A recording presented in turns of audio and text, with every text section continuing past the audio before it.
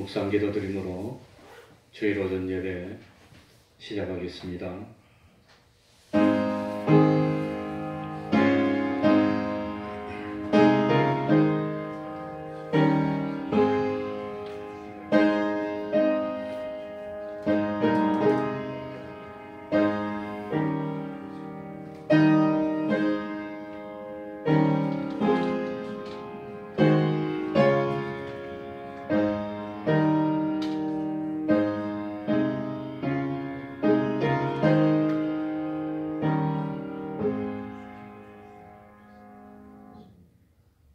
하나님 아버지, 변함없이 우리를 사랑하여 주시고 거룩한 주일 지킬 수 있는 은혜 베풀어 주시니 감사드립니다.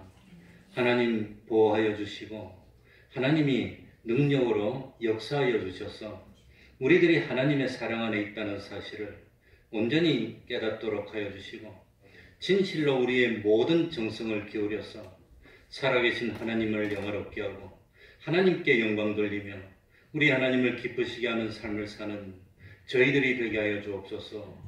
먼저 그 나라와 의를 구하라고 하신 주님, 힘들 때도 바쁠 때도 어려울 때도 좋을 때도 모든 것이 여유가 있을 때도 변함없이 먼저 그의 나라와 의를 구할 수 있는 저희들이 되게 하여 주시고 참 세상에 살면서 하나님의 기적 같은 축복으로 살아나가는 저희들 될 수 있도록 은혜 베풀어 주옵소서.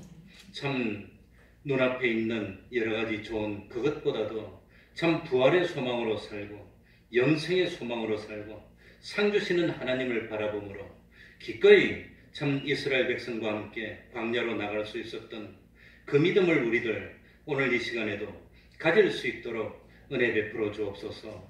이 땅에 이 참 코로나19가 빨리 이게 정리되지 아니하면 경제도 진정 어려워지고 살림살이도 어려워지고 다 세상이 참 모든 것이 흥크러지고 맙니다.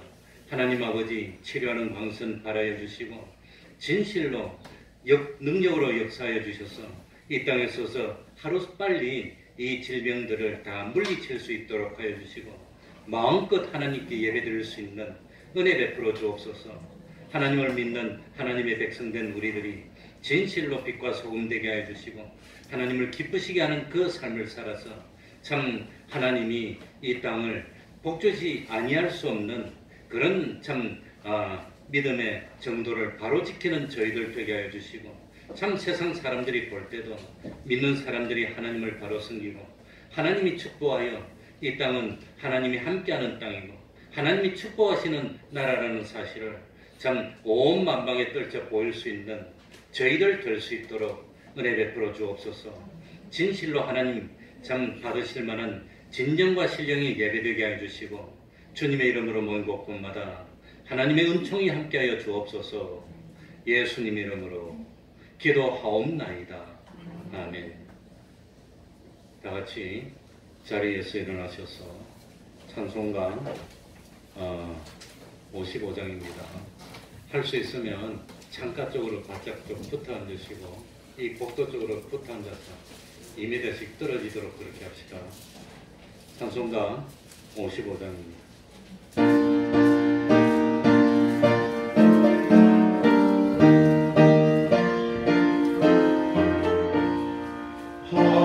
하나님의 크신 사랑 하늘로서 내리사 우리 맘에 항상 계셔 온전하게 앞서서 나의 주는 자비하사 사랑 무한하시니 두려워서 떠는 자를 구원하여 주소서.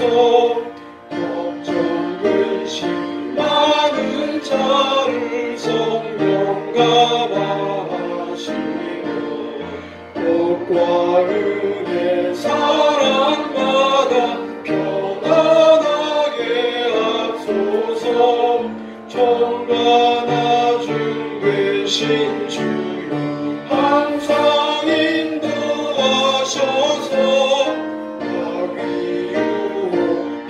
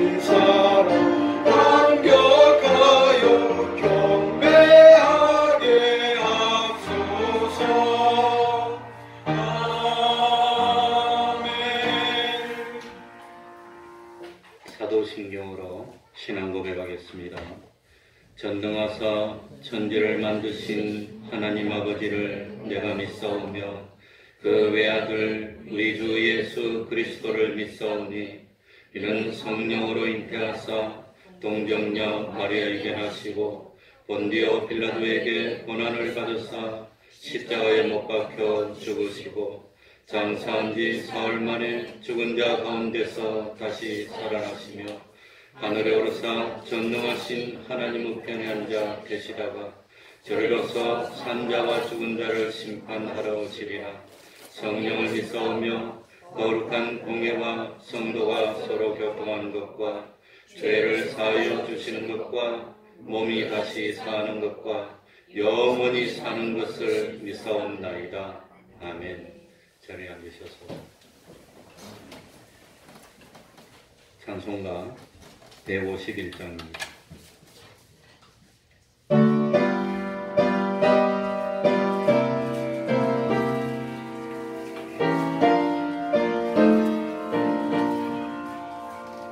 다시 사신 구세주 나 항상 섬기네. 세상 저렁에도 주정령 사셨네. 그 은혜로운 손길 부드러운 손 내 평생 주님 함께 늘 계시네. 예수 늘 살아계셔서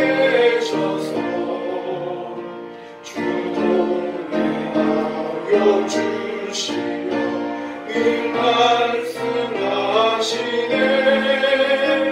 예수 내 구세주 예수 내 맘에 살아계시네.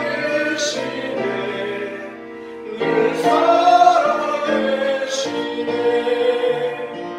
온 세상 살펴보니 주 사랑 알겠네.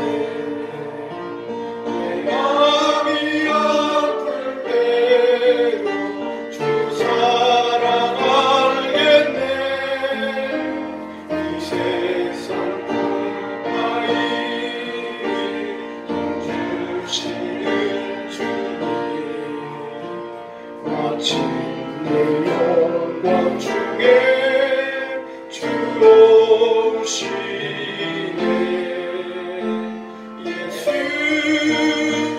예수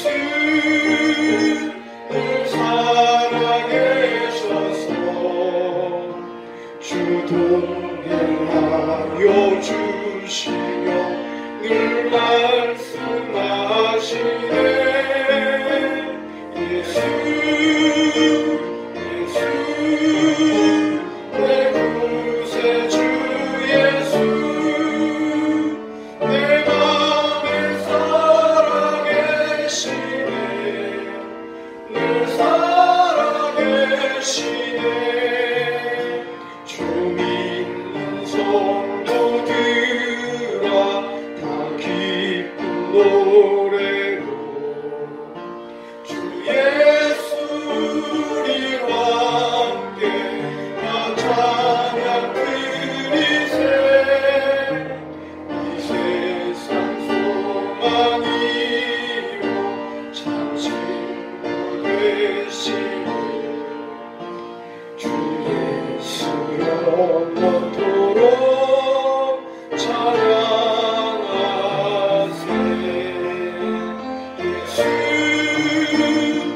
예수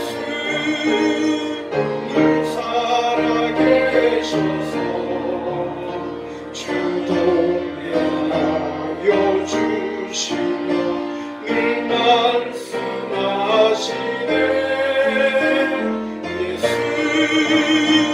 예수 내 구세주 예수 내 맘에 살아계시네. 늘 살아계시네.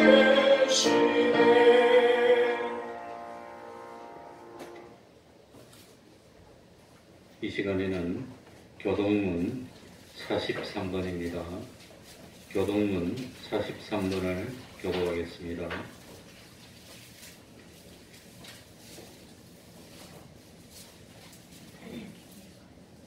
교독하겠습니다. 5층에 계신 분들도 그 자리를 많이 띄고 앉으시기 바랍니다. 오늘 5층으로 많이 가셨는데 붙어 앉지 마시고 충분히 뛰어서 조심하도록 해야 되겠습니다. 교독하겠습니다. 내가 너희에게 이르노니 목숨을 위하여 무엇을 먹을까 무엇을 마실까 몸을 위하여 무엇을 입을까 염려하지 말라. 목숨이 음식보다 중하지 아니하며 몸이 의복보다 중하지 아니하며 공중에 새를 보라. 심지도 않고 거두지도 않고 창고에 모아 들이지도 아니하되 너희 천국께서 부리시나니 너희는 이것들보다 귀하지 아니하냐. 너희 중에 누가 염려함으로 그 키를 한 자나 더할 수 있느냐. 또 너희가 어찌 의복을 위하여 염려하느냐. 들의 백합화가 어떻게 자라는가 생각하여 보라. 썩어도 아니하고 비싸도 아니하느니라. 그러므로 염려하여 이르기를 무엇을 먹을까 무엇을 마실까 무엇을 입을까 하지 말라. 이는 다 영원히 길이 구하는 것이라. 너희 천국께서 이 모든 것이 너희에게 있어야 할 줄을 아시느니라. 너희는 먼저 그의 나라와 그의 의를 구하라. 그리하면 이 모든 것을 너희에게 더하시리라. 아멘. 이제 최경수 집사님 예배를 위해서 기도해 주시겠습니다. 다 같이 기도드리겠습니다.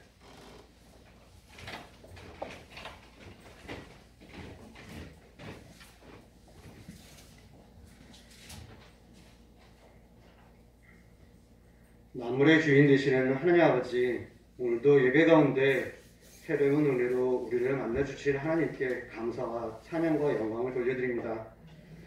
감사함으로 주님 전에 모인 우리 모두에게 충만한 은혜를 내려주셨고 때 묻은 심령 정력해 하시며 주님 주신 비전을 붙잡는 결단의 시간이 되게 하여 주옵소서. 예배를 주님께 올려드릴 때에 삶의 터전 속에서 맺혀지는 풍성한 열매, 영적인 영혼 구원의 열매가 가득한 삶이 되게 하여 주옵소서. 우리 대한민국을 사랑하시는 하나님 아버지, 이 나라, 이 민족의 국리를 여겨 주옵소서. 지금 이 나라는 신종 코로나 바이러스로 두려움과 공포 속에 모두가 혼란스러워하고 있습니다. 만물의 주권자 되시는 주님께서 이 백성들을 불쌍히 여기시어 바이러스가 더 이상 확산되지 않고 진정되게 하여 주옵소서. 코로나19 바이러스와 사투를 벌이고 있는 의료진과 돕는 손길들을 붙여주실 줄 믿습니다. 저희들 두 손 모아 간절히 기도하는 가운데 더 이상 확산되지 않게 하여 주시고 사적 판정을 받은 이들도 잘 치료되어 회복되게 하여 주옵소서. 온 국민이 한마음으로 이 난국을 이겨나갈 수 있도록 지혜와 용기를 주시옵소서. 복잡한 국제관계와 경제 침체로 인해 신음하고 있는 자영업자와 이 땅의 중소상인들의 생업이 중단되지 않게 도와주시옵고 가난에서 벗어나지 못하고 있는 소외계층들을 성령 하나님 기억하여 주셔서 하루속히 안정된 경제를 이루어가게 하여 주옵소서. 우리 교회와 함께 하시는 하나님 아버지, 우리 가족들이 모일 때마다 은혜 받고 은혜의 힘으로 어려운 환경과 상황들을 뛰어넘게 하시고 가정과 일터에서 구원의 기쁨과 자원하는 마음으로 살아가게 하여 주셔서 이 시간도 하나님의 성전에 모이지 못하고 가정에서 예배드리는 연약한 성도들 위해 성령의 기름을 부어주시사 동일한 은혜로 채워주실 줄 믿습니다. 사랑하시는 담임 목사님을 능력의 팔로 붙들어 주시고 영육간에 강건케 하여 주옵소서. 힘들고 어려운 시기에 기도하시며 붙잡고 나아가는 비전들이 지혜로운 신 가운데 다 이루게 하여 주옵소서. 이제 말씀을 전하실 때에 기름을 부으셔서 말씀이 선포될 때에 하늘의 권세와 능력으로 더하여 주시고 그 말씀이 우리의 삶 가운데 능력으로 나타나게 하여 주옵소서. 주님 앞에 힘들고 지친 몸 이끌고 나온 주의 자녀들 오늘 말씀으로 힘을 얻게 하시고 믿음으로 승리하게 하여 주옵소서. 주님을 위해 믿음의 고백과 겸손한 마음으로 주를 찬양하는 주 영광 성도들을 축복하셔서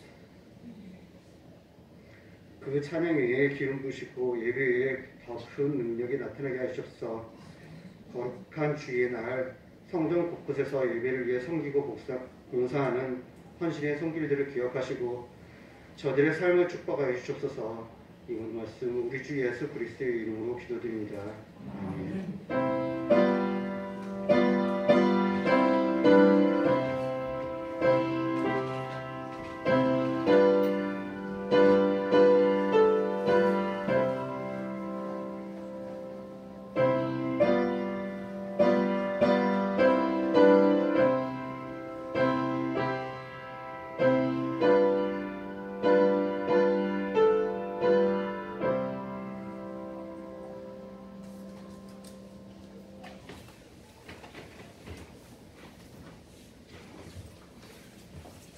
하나님의 말씀 마가복음 4장 10절입니다.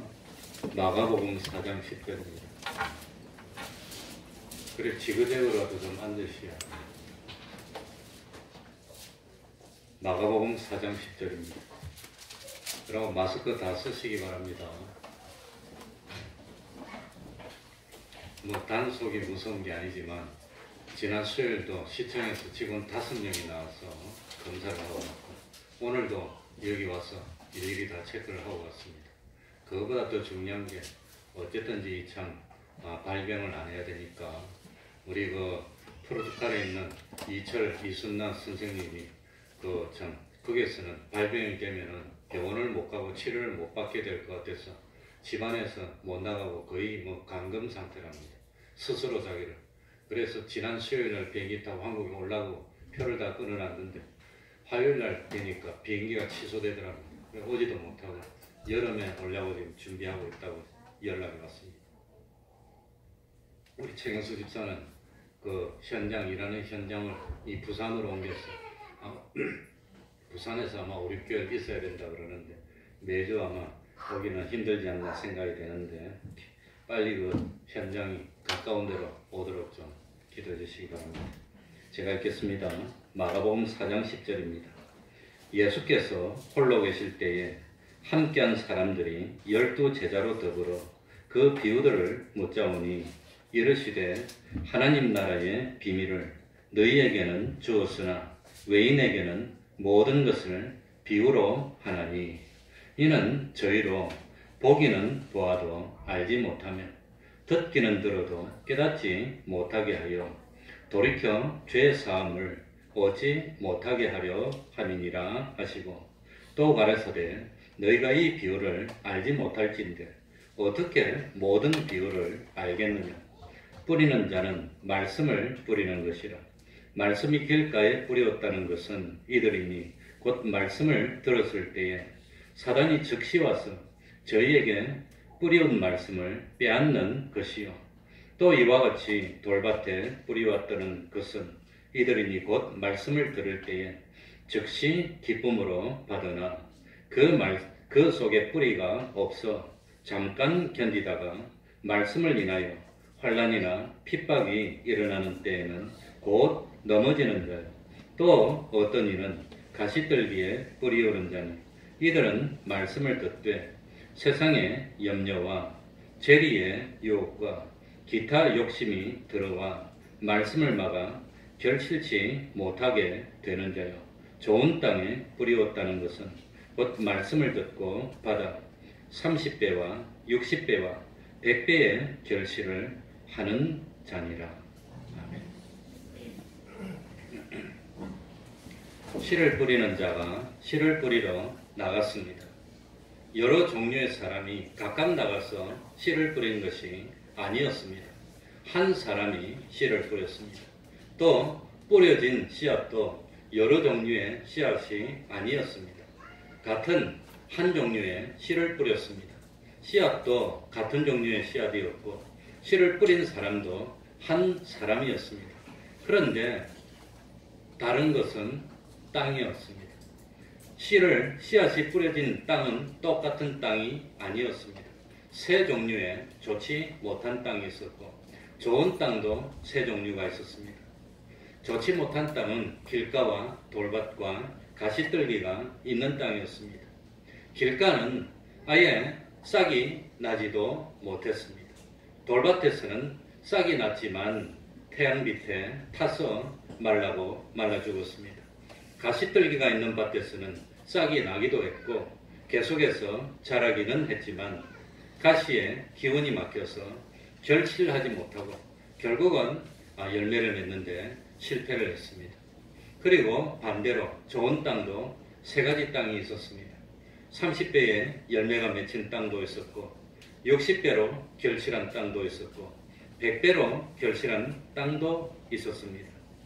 예수님 주변에 모인 사람들은 이런 말씀을 이해하는 것에는 아마도 어려움이 없었을 것입니다. 왜냐하면 평상시에 다 경험하는 일입니다. 씨를 뿌리는 사람이 뿌리러 나갔는데 그 씨가 길가도 떨어지고 돌인데도 떨어지고 좋은 땅에도 떨어지고 뭐 잡초가 있는데도 떨어지고 그래서 참 좋은 땅에서는 열매가 많이 맺히기도 하고 조금 맺히기도 하고 다른 땅에서는 결국은 뭐 싹이 못 나는 것도 있고 싹이 났다가 마르는 것도 있고 크기는 컸는데 결국은 열매를 맺지 못하는 것도 있고 이런 건 일상적인 내용입니다. 다 알아듣기 쉽습니다. 그러나 오늘 이 10절 이하에 나오는 속에 든 의미는 예수님의 설명이 없었다면 아마도 알아듣지를 못했을 것입니다. 그래서 10절에 우리 10절부터 읽어 나가겠습니다. 다 같이 읽겠습니다. 예수께서 홀로 계실 때에 함께한 사람들이 12제자로 더불어 그 비유들을 묻자오니 예수님은 1절에 보면은 배에 올라가서 앉으셔서 여러 가지를 비유로 가르쳤습니다. 평상시와는 다르게 오늘따라 예수님은 병든 자를 고치지도 않으셨고 귀신을 내쫓는 일도 하지 않았습니다. 그저 예수님은 누구나 잘 알고 있는 평범하고도 일상적인 그런 예를 이끌어와서 비유의 말씀을 했습니다. 그런 가운데 시간이 흘렀습니다. 이전에 예수님께서 떡 5개로 5,000명을 먹이기도 했습니다. 떡 7개로 4,000명을 먹이기도 했습니다. 그런데 오늘따라 예수님은 아무런 기적도 베풀지를 않으셨습니다. 중요한 것은 그곳에 모인 사람들의 대부분은 예수님의 말씀에는 관심이 없었다는 사실입니다. 그 모인 사람들은 예수님이 행하시는 기적이나 이적이나 또 예수님이 나누어주는 떡이나 이런 것에만 관심이 있었다고 하는 겁니다. 결국 모인 사람들의 거의 대부분은 참 예수님의 말씀에는 흥미를 느끼지 못해서 결국은 가만히 있어도 기적도 베풀지 않고 재미없는 이야기만 했었고 그러니까 하나둘 다 떠나가고 말았습니다. 그리고 예수님이 홀로 계실 때 예수님 주변에는 누가 있었지요? 12제자들과 끝까지 예수님과 함께하기를 스스로 원했던 사람들만 남았습니다. 이 사람들은 참 예수님의 말씀에 관심이 있었습니다. 그런데 이 비유의 속뜻을 알지 못했습니다. 그래서 오늘 10절에 보니까 그 비유에 대해서 물었습니다.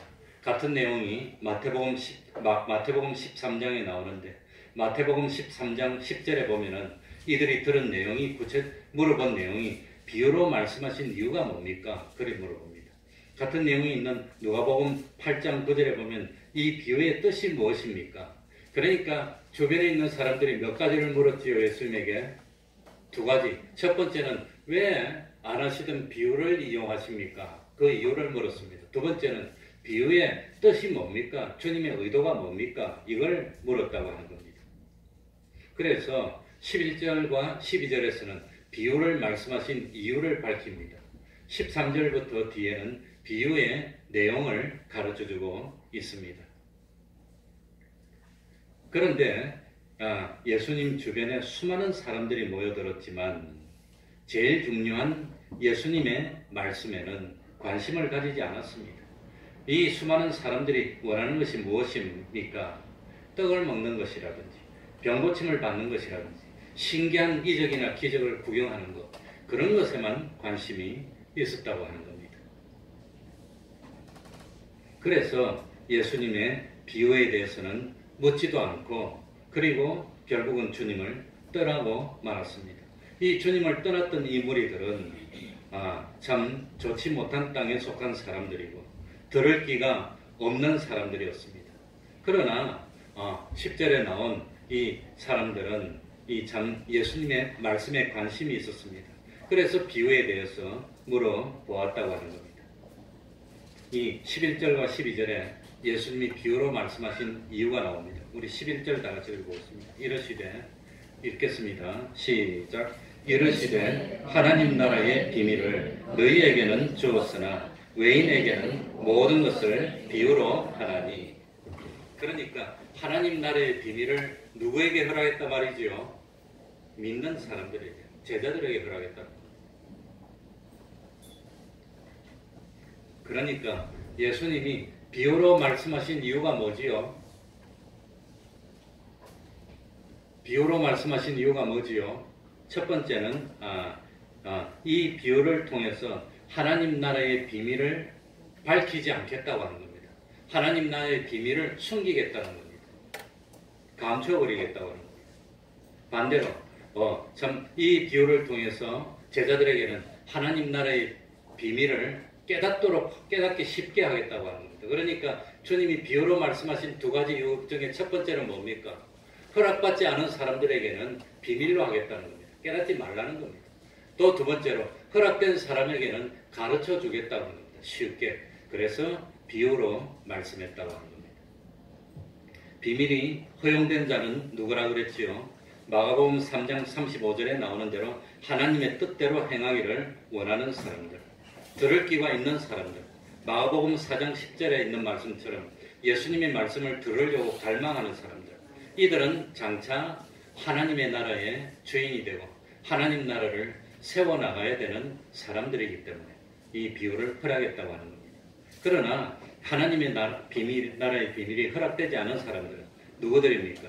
들을 귀가 없는 사람들, 좋지 못한 땅에 해당되는 사람들, 하나님의 뜻대로 행할 마음이 없는 사람들, 이 사람들에게는 비밀을 가르쳐주지 않으시겠다고 하는 겁니다.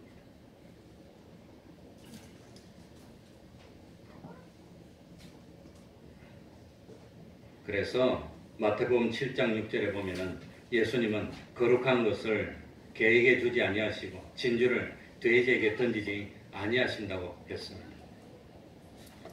12절입니다. 이유를 구체적으로 설명하고 있습니다. 12절. 이는 다 같이 읽겠습니다. 시작. 이는 저희로 보기는 보아도 알지 못하며 듣기는 들어도 깨닫지 못하게 하여 돌이켜 죄 사함을 오지 못하게 하려 함이니라 하시고. 이 성구는 구약 성경 이사야 6장 9절 10절에서 인용한 말씀입니다. 선지자 이사야 때부터도 유다 백성들은 그들의 불신앙으로 인해서 하나님에게 심판을 받아야 됐습니다.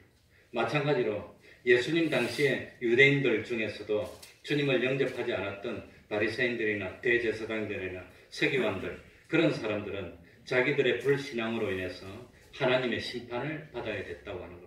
그래서 말씀을 알아듣지 못하도록 비유로 해서 못 알아듣도록 만들었다고 하는 겁니다. 하나님은 이사야 5장에서 선지자 이사야를 통해서 유다 백성들에게 하나의 비유를 말합니다. 포도원 비유입니다. 어떤 사람이 기름진 땅바닥에 극상품의 포도나무를 심었습니다. 그런데 포도나무는 결국 덜 포도 열매를 맺고 말았습니다. 이 포도원 주인은 극상품의 포도를 심고 정성을 다해서 가꾸고 최고의 열매를 맺기를 바랬습니다. 그러나 맛이 참 쓰고 이 악취가 나서 전혀 먹지 못하는 들포도 열매를 맺고 말았습니다. 그래서 포도원 주인은 포도원을 허물어버리고 포도원을 황폐하게 만들었다는 내용의 비유입니다. 포도원 주인은 하나님이시고 포도원은 그건 유다 백성들입니다. 하나님은 유다 백성들에게 정말로 참 믿음 생활을 바로 하는 그런 걸 바랬습니다. 그러나 유다 백성들은 하나님의 뜻과는 달리 거짓과 포악을 일삼았습니다. 그러다가 결국 유다 백성들은 하나님의 심판을 받아서 그 이스라엘 땅이 70년 동안 황폐케 돼버리고 말았습니다. 사람들은 바벨론 포로로 끌려갔고 많은 사람들은 죽임을 당하고 말았습니다. 이와 같은 심판을 선포하기 위해서 하나님께서는 이사야 선지자를 불렀습니다. 이사야 6장 초반에 보면 하나님은 이사야를 깨끗하게 합니다. 그리고 하나님이 이사야에게 물어봅니다. 내가 누구를 보내며 누가 우리를 위해 갈고? 이렇게 물어보니까 이사야가 내가 여기 있습니다. 나를 보내주십시오라고 대답합니다. 그러자 하나님은 이사야 선지자에게 전해야 될 말씀의 내용이 무엇인지를 가르쳐 줍니다. 그게 바로 심판이었습니다. 그것이 오늘 본문에서 인용하신 이사야 9장 6절 10절 말씀입니다. 범죄한 백성을 기다리고 있는 것이 심판뿐인데, 그래서 이사야 선지자는 자기 사명을 깨닫고 하나님께 물어봅니다. 주님, 그러면 내가 어느 때까지 주의 심판을 외쳐야 됩니까? 하나님은 말씀하시기를 유다의 모든 성읍들과 토지들이 완전히 황폐하게 되어서 철저하게 망하게 될 때까지, 그때까지 외쳐라고 합니다. 그러면서 이사야 6장 13절에 마지막에 희망을 줍니다. 나무가 배임을 당하여도 거루터기가 남는 것처럼 유다 백성들 가운데서도 거룩한 씨가 거루터기로 남게 될 것을 말씀했습니다. 하나님은 유다 백성들에게 포도원의 비유를 말씀하셨습니다. 하나님을 거역하는 유다 백성들에게는 비유가 심판입니다. 마찬가지로 예수님은 유대인들에게 여러 가지 비유를 가르치셨습니다. 예수님을 끝까지 영접하기를 배척한 유대인들에게는 예수님의 비유가 뭐가 되는 거지요? 심판이 되는 겁니다.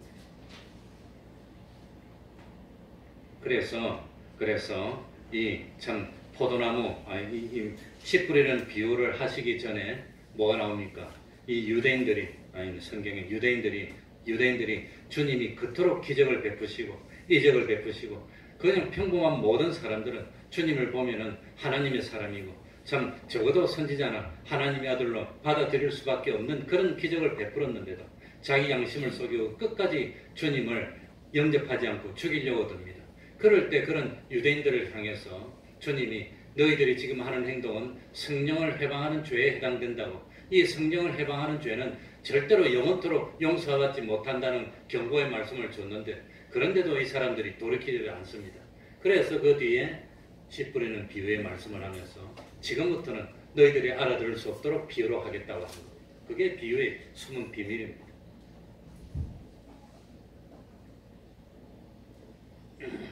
그러니까 참 예수님은 충분히 자기 자신이 그리스도시고 하나님의 아들이심을 드러내시고 증명했습니다. 참 소경의 눈을 뜨게 하고 물길을 걷기도 하고 여러 가지 기적을 베풀면서 봐라, 참 하나님이 보내신 자가 아니면 이런 능력을 사람의 능력으로 행할 자가 있느냐. 그러니까 예수님 주변에 있는 보통 사람들은 그 모습을 보고 무릎을 꿇기도 하고 참 이 선지자라고 여기고 하나님의 아들로 여기고 다 그랬지만 이 참 예수님이 이런 기적을 베풀어서 그들도 양심적으로는 이분이 참 하나님이 보낸 사람이라는 걸 깨달았겠지만 양심을 속였습니다. 그리고 이 참 서기관이나 바리새인들, 지도자들, 대제사장들, 장로들은 예수님에게 뭐가 들렸다 그럽니까? 사탄이 들렸다고 오히려 예수님을 죽이려고 했습니다. 돌이키지를 않았습니다. 그래서 예수님은 마지막으로 경고를 합니다. 지금 나한테 하는 이 죄는 용서받을 수 있는 죄가 아니라 영원토록 용서받지 못하는 성령을 해방하는 죄에 해당된다고 말을 합니다. 이제 더 이상 계속 돌이키지 않으면 은혜는 없고 참 은혜의 문은 닫히고 이제 너희들을 기다리고 있는 것은 심판뿐이라고 하는 겁니다. 그래서 예수님은 구원의 도리를 깨닫지 못하도록 더 이상 하나님의 나라의 비밀을 쉬운 직접적인 표현으로 말씀하지 않으시고 뭐로 말씀하신단 말입니까? 비유로 말씀합니다. 그러니까 예수님이 비유로 말씀하셨다는 것은 무서운 겁니다. 이제는 오늘 12절에 보니까 그래서 이 12절에 보시기 바랍니다. 이는 저희로 보기는 보아도 뭐하지 못하며 알지 못하며 듣기는 들어도 뭐하지 못하게 하여 깨닫지 못하도록 하여서 돌이켜 주의 삶을 얻지 못하게 하려 하기 위해서 무엇으로 말씀했단 말입니까? 그러니까 비유가 나왔다는 것은 무서운 겁니다. 이제는 우리 식구들만 깨달아서 알고 우리 식구 아닌 사람은 지옥 가라는 뜻입니다. 이제는 용서를 못한다는 뜻입니다. 그러니까 이 참 비유로 했다는 것은 하나님의 나라에 합당하지 않은 자들은 심판이 되는 겁니다. 이제는 너희들 깨닫지 마라. 하늘나라 오지 말라는 겁니다. 그리고 예수님의 제자들에게는 비유로 말씀해서 예수님이 따로 가르쳐 주니까 비유의 말씀이 죽을 때까지 안 잊어버려져. 깨달아지고 마음에 남아서 구원을 이루라고 도와주는 것. 그러니까 비유는 심판인과 동시에 뭐라 말이지요? 은혜라고 하는 겁니다. 은혜라고. 심판. 그러니까 참 나쁜 땅에 해당되는 사람들에게는 심판이고 좋은 땅에 해당되는 사람들에게는 열매를 많이 맺도록 하는 은혜라고 하는 겁니다. 비유가. 그래서 앞으로는 비유 아니면 말씀하지 않겠다. 그렇게 말씀하신 겁니다. 그러면서 씨 뿌리는 비유 마태복음 13장 16절에 보면 우리의 눈은 봄으로 우리의 귀는 들음으로 복이 있다고 했습니다. 우리는 봄으로 복이 있고 들음으로 복이 있는데 그 사람들에게는 보아도 깨닫지 못하고 들어도 깨닫지 못하고 심판이 되는 겁니다. 비유라는 것은 이렇게 무서운 것입니다. 그러면서 13절부터 비유에 대해서 가르쳐주면서 우리 13절 다 같이 또 가라사대 같이 읽습니다. 시작. 또 가라사대 너희가 이 비유를 알지 못할진대 어떻게 모든 비유를 알겠느냐.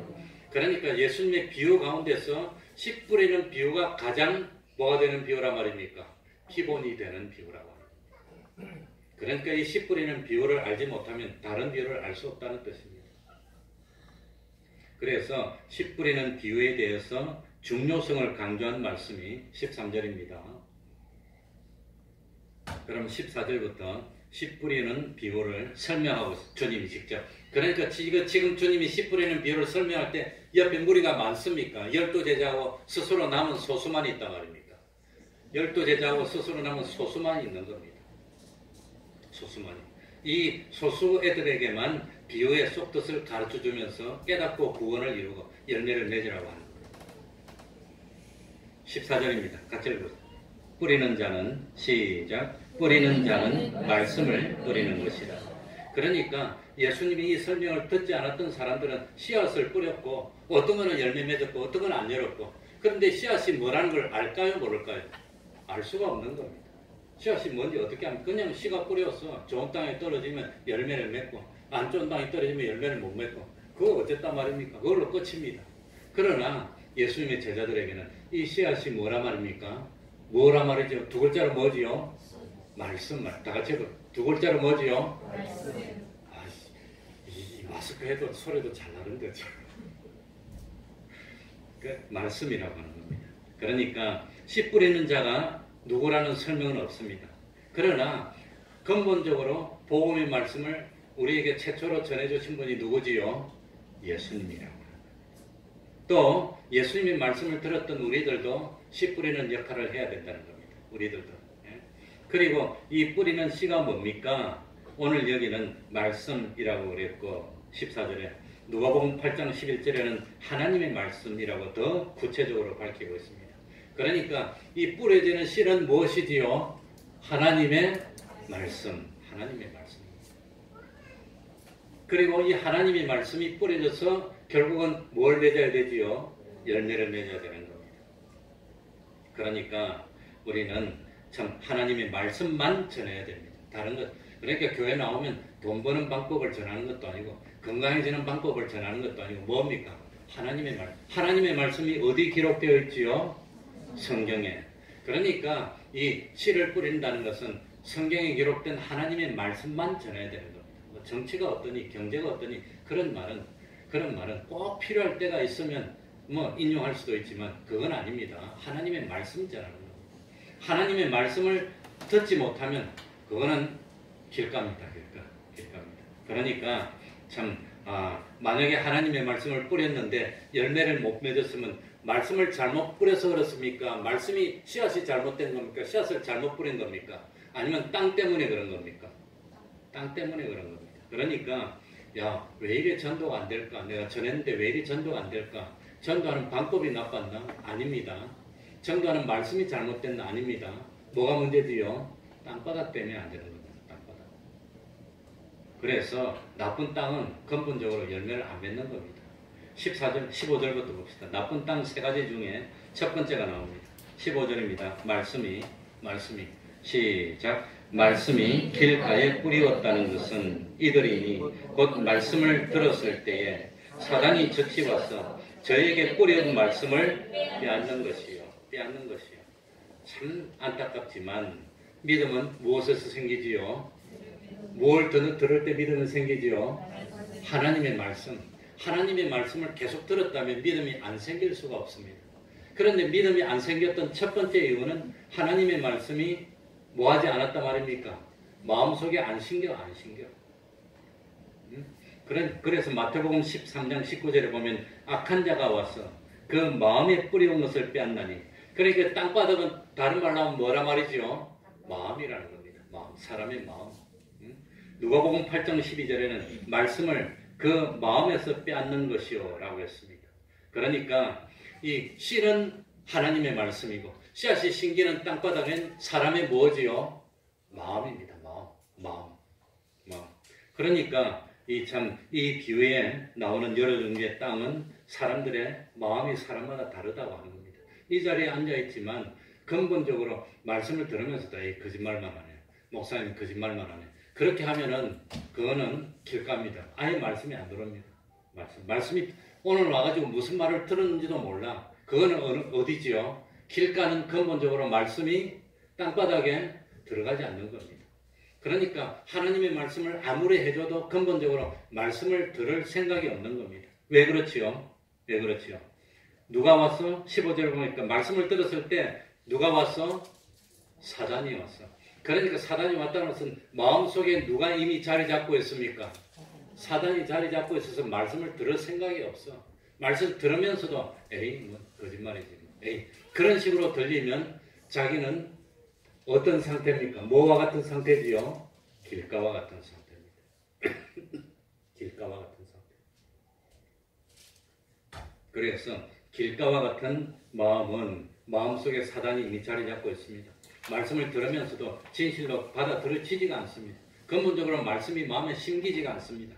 그래서 길가와 같은 상태에 있을 때는 근본적으로 믿음이 없다는 뜻입니다. 말씀이 안 들어가니까 믿음이 없는 겁니다. 근본적으로 믿을 생각이 없고 말씀을 들을 마음이 없고 말씀이 마음속에 뚫고 들어갈 가지를 못하는 게 길가라고 하는 겁니다. 그러니 참 예수님이 그만큼 기적을 베풀었는데, 예수님이 그만큼 참 이적을 베풀고 심지어 죽었던 사람을 살리기까지 했으면, 그러면 적어도 하나님의 능력이 함께하는 사람이라고 인정해야 되는데, 이런 모습을 보고 우리들이 무릎을 꿇든지 이 사람을 인정해야 되는데, 서기관이나 대제사장들이나 바리새인들 지도자들이 모여서 예수님을 뭐 하려고 합니까? 죽이려고 했다는 것은 양심적으로 받아들이지 않고 거부하고 근본적으로 예수님을 아예 그냥 죽이려고 작정했다는 겁니다. 하나님의 사람이냐 아니냐 그게 문제가 아니고 무조건 예수님을 죽이려고. 이게 길가입니다. 길가. 그래서 나중에 예수님을 십자가에 못 박았습니다. 돌로 막았습니다. 임봉했습니다. 아마 나무로 떼어가지고 딱 임봉했을 겁니다. 그리고 로마의 군병들로 지켰습니다. 그런데 참 지진이 일어나고 돌이 굴러가고 천사가 나타났습니다. 그 모습을 군병들이 봤습니다. 보고는 너무 두려워서 죽은 것처럼 그냥 완전히 뻗어버렸습니다. 그리고는 죽었던 예수님이 살아나서 나갑니다. 이 모습을 자기 눈으로 봤습니다. 이 로마의 법에 의하면 자기가 지켰던 죄수들이 도망가면 어떻게 되는 거지요?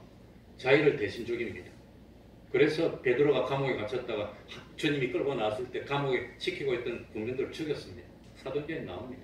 그러니까 이 예수님을 지켰던 군병들도 예수님을 빼앗겼으니까 자기들이 죽을 수. 그런데 거짓말도 못하겠고 와가지고 이 대제사장들에게 솔직하게 고백을 했습니다. 우리들이 지키고 있는데 천사가 나타나서 우리가 죽은 것처럼 하고 돌이 저절로 굴러가고 예수님이 다시 살아나서 나갔다는 말을 했습니다. 로마의 군병들이 죽으려고 하겠습니까? 만약에 나가 안 믿는 사람이고 군병 같으면 예수님 뺏겼으면 다른 사람 죽여서 시식이라도 갖다 놓고 있다고 그래야 될 거 아니에요. 안 죽으려면. 안 그러면 도망가든지. 그런데 죽음을 무릅쓰고 이 군병들이 말을 했으면 그때라도 이 서기관들이 와서 해결을 해야 되는데 그걸 가지고 뭐합니까?